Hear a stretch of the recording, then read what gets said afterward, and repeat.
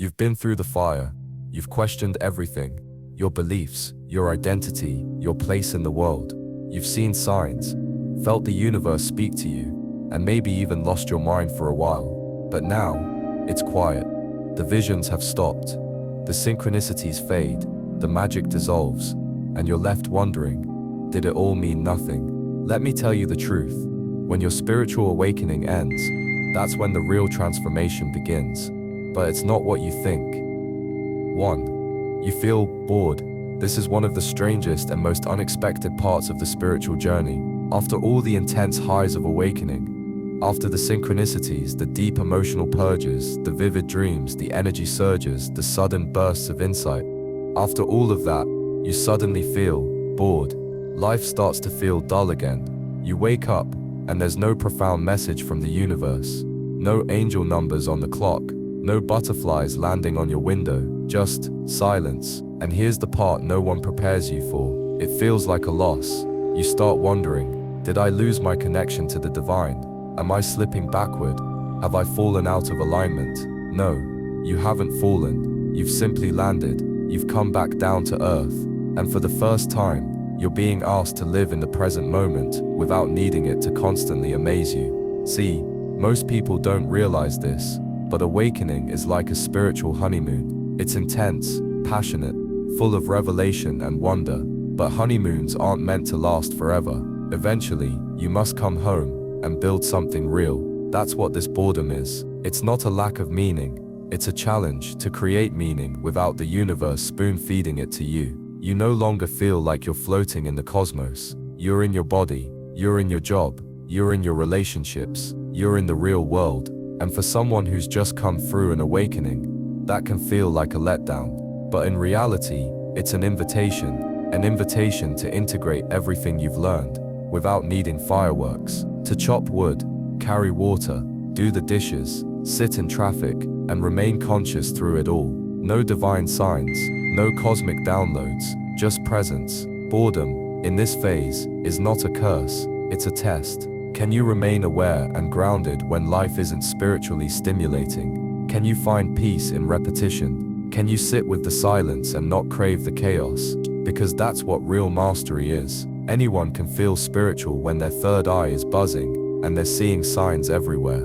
But to remain centered when nothing is happening, that's where the growth lives. And funny enough, once you surrender to this stillness, once you stop craving the next cosmic thrill, a deeper kind of peace enters your life. Not the high of awakening, but the depth of being. So yes, you will feel bored, but don't run from it. Don't chase the next spiritual fix. Don't think you're doing something wrong. You're not falling behind. You're finally being asked to live. 2. You start caring about earthly things again. During the peak of your spiritual awakening, you probably felt detached from the world. You didn't care about money, status, beauty, success, or even time. You were floating in a higher dimension above it all. You saw through the illusions, the matrix, the ego, and for a while it felt like nothing worldly could tempt you again. But then something strange happens. You start caring again. Not in the same obsessive way as before, but the desires return. You start wanting to improve your physical appearance. You think about financial stability. You dream of love. You feel called to build something. And for a moment, it feels like a betrayal of your spiritual path. Wait, I thought I transcended this. This is where many get confused. They think caring about earthly things means they're regressing, that they've slipped back into the ego. But here's the truth most won't tell you. You didn't come here to escape the human experience. You came here to embody your soul within the human experience. The point of awakening was never to stay floating in the clouds. It was to learn how to walk consciously on the ground. You were never meant to abandon the world. You were meant to engage with it differently. The desire to take care of your body isn't vanity. It's reverence. It's honoring the vessel your soul chose. Wanting financial security doesn't make you materialistic. It makes you self-responsible. Money is a tool. Awakening teaches you how to use it without being used by it. Feeling drawn to love again, that's not weakness, that's integration. You've dropped the fantasy of perfect soulmates, and now you're ready for real connection. You're not regressing, you're returning, with awareness, You're no longer trying to escape the game. You're learning how to play it consciously. Because what good is spiritual wisdom if you can't use it in a conversation? What good is being enlightened if you're broke, isolated, bitter, and out of touch with reality? You weren't meant to reject the world. You were meant to show others how to live in it differently. This is the part where you stop transcending life and start participating. You bring your awareness into your business, your art, your relationships, your habits. You make peace with the fact that being human is not a flaw, it's the point. So yes, you'll care about earthly things again, and you should, because the most awakened souls aren't hiding on mountaintops. They're right here, in the middle of the chaos, grounded, real, and fully alive. 3. Old patterns return, but you see them differently. This one hits hard. You went through the storm. You burned away the old identity. You shed layers of conditioning, let go of toxic habits, and faced your shadows. You thought you were done with all that. And then out of nowhere, you catch yourself getting jealous again. You fall into procrastination. You react with anger. You overthink. You compare. You doubt. And you think, seriously, I thought I healed this. You feel disappointed, ashamed, maybe even defeated, like all the progress you made was just an illusion. But here's the truth. Spiritual growth is not linear. Old patterns don't come back because you failed. They come back to test your relationship with them. This time, you don't become the pattern. You observe it. You don't spiral. You notice. You don't identify. You witness. And that's a massive shift. You see, before your awakening, those patterns controlled you. You didn't even realize they were patterns. You just called it life. But now, you're awake within the pattern. It's like walking into an old room in your house, but this time with the lights on. The triggers still show up. The wounds still get poked. But your awareness has changed. And awareness changes everything. Instead of reacting blindly, you pause.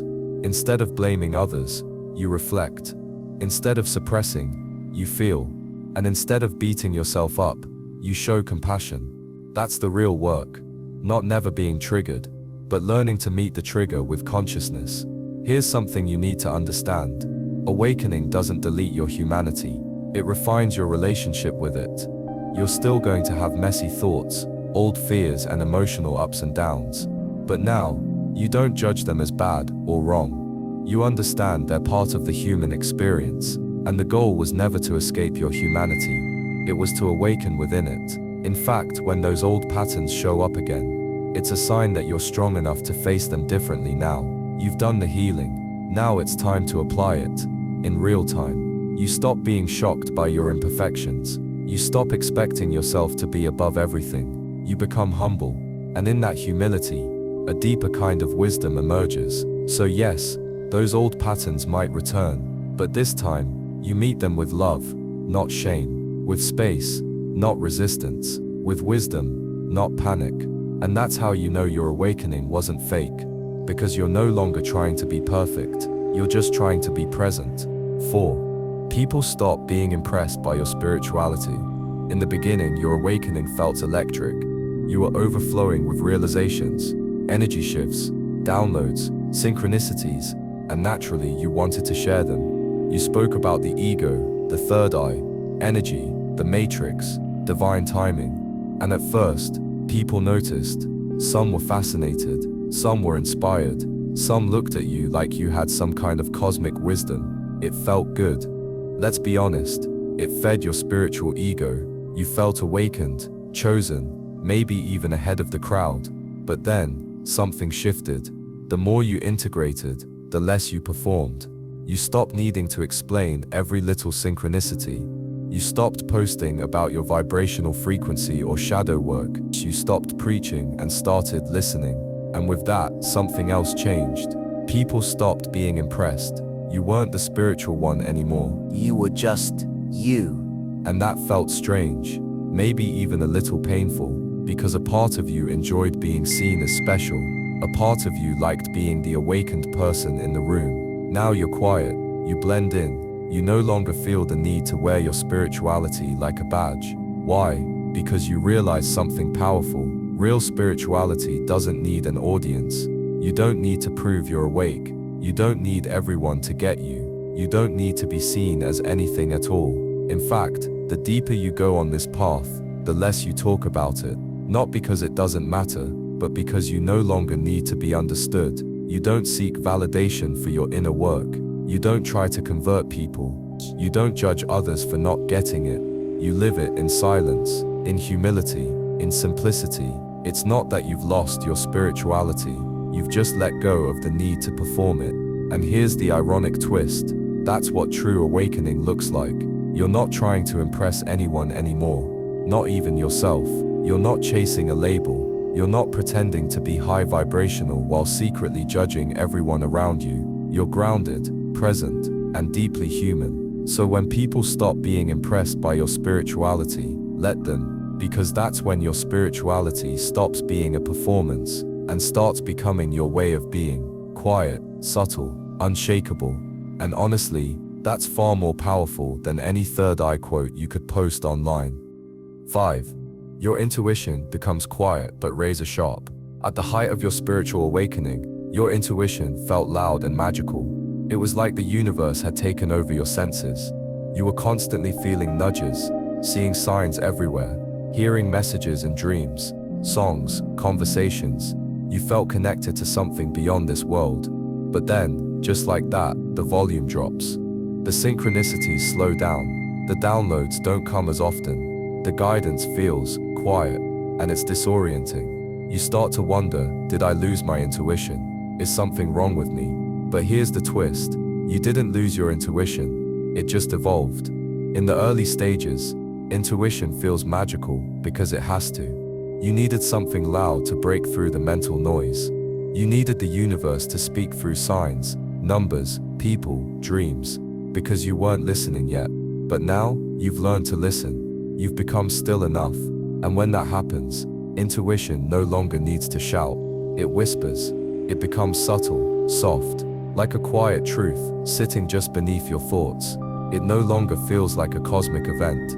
It feels like clarity. You don't feel the need to ask the universe every time you make a decision. You just know. You feel it in your body, in your gut, in the stillness between your thoughts. It's not loud, it's not dramatic, but it's undeniably clear. You stop obsessing over signs. You stop pulling tarot cards for every little thing. You stop needing confirmation from outside sources, because now you trust yourself. Your intuition becomes less about magic and more about deep alignment. You make better decisions, not because of a spiritual system, but because you're honest with yourself. You know when something feels off without needing to analyze it. You sense people's intentions without needing proof. You walk away from what drains you without needing an explanation. This kind of intuition is razor sharp, but it doesn't seek attention. It just guides you quietly and effectively.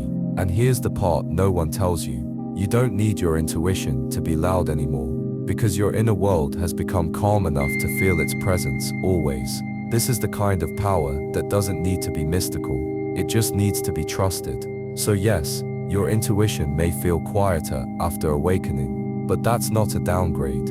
It's a sign that your spirit has matured. You no longer chase spiritual highs. You walk within a knowing, and that knowing, it's the compass you've been searching for all along. 6. You feel lost, in a peaceful way. This is one of the most paradoxical things that happens after your spiritual awakening ends. You feel lost, but not in the way you used to. Not the panic-filled, anxiety-ridden kind of lost. Not the desperate, what am I doing with my life, kind of lost. No, this kind of lostness feels quiet. It's gentle, peaceful, almost sacred. You stop obsessing over having a clear path. You stop needing to figure everything out. You stop needing a grand purpose to feel valuable, and that might scare your old self.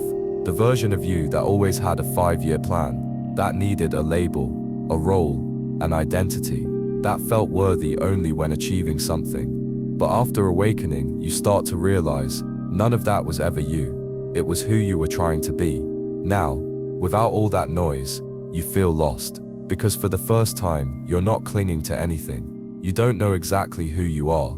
You don't know exactly where you're going. But strangely, you're okay with it. There's a kind of freedom in not knowing, a liberation in surrender. Because once you've let go of all the roles, the spiritual seeker, the enlightened one, the achiever, the healer, all that remains is you. Raw, present, undefined. This is where true peace begins, when you no longer need to pretend you have it all together, when you stop trying to live up to your own image, when you allow yourself to just be. Yes, you'll feel lost. Your ambitions might soften, your desires might feel blurry, your goals might not excite you the way they used to. But instead of chasing meaning, you notice it in everything. A smile, a breeze, a moment of silence. The sacred begins to show up in the ordinary, and slowly you realize you're not lost. You've just stopped needing a map, because now you're not walking with a destination, you're walking with presence. You don't need the universe to give you a sign every step of the way. You trust that where you are is enough. This is what real spiritual maturity feels like. Not knowing and still walking, not understanding and still trusting, not searching and still feeling guided. So yes, you will feel lost, but you'll also feel light, and for the first time in your life, you'll feel completely at home in the unknown. 7. You stop talking about awakening altogether. In the beginning, you couldn't stop talking about it. Your awakening cracked your world open, and everything looked different. You wanted to tell your friends, your family, the internet. You shared quotes, talked about energy shifts, posted about ego deaths, the third eye, soul contracts, past lives. You were lit up on fire with truth, and you wanted everyone else to wake up too. But now, you're quiet, not because awakening isn't important to you, but because you no longer feel the need to explain it. At some point, you realize that words can't touch what you've experienced. No language can capture what it's like to die to your old self. No concept can hold the vastness of presence. No quote can replace living it. And so, you fall into a kind of silence. Not an empty silence, a full one. It's not that you've stopped caring about truth, it's that you've stopped trying to convince anyone. You see people talking about vibrations, manifestation, enlightenment, and 5D ascension all over social media, and instead of judging or engaging, you just smile, because now you understand something deeper. Awakening doesn't need to be broadcasted. It reveals itself in how you move, how you listen, how you breathe through discomfort, how you stay calm in chaos, how you love without needing control. And most of that happens in silence. You begin to understand that truth doesn't need to be defended. Peace doesn't need an audience. God, the universe, source, whatever you want to call it, was never asking you to go viral. It was asking you to become still enough to live in alignment. So, you stop correcting people. You stop trying to be spiritually right. You stop engaging in debates about what awakening really is. You let people have their own timing, their own realizations, their own chaos. You realize that sometimes, silence is the most compassionate response, not because you're withholding, but because you've learned the art of inner knowing. You stop chasing the label of being awake. You stop needing others to see you a certain way. You stop trying to be spiritual. You just are. And ironically, it's in this quiet phase, this gentle, wordless living, that you become the most powerful version of yourself. Not because you're louder, but because you're more whole. So yes, one day, you stop talking about awakening altogether. Not because it didn't matter, but because it finally became a part of who you are. Not a topic, not an identity, just a way of being. So, what happens when your spiritual awakening ends? The visions fade, the cosmic signs slow down, the fire cools, and you're left with something far more sacred than the higher, quiet, conscious life. No more chasing enlightenment, no more needing to feel above the world. You come back to earth, not as who you were, but as who you've become. Someone who doesn't need to prove they're awake. Someone who can sit in silence without needing signs. Someone who no longer escapes life, but embraces it fully, humbly, and honestly. This is where the real journey begins. Not in the stars, but in your daily choices, your grounded presence, your quiet peace. So if you feel like your awakening is over, good. That means you're no longer seeking the light. You've become it.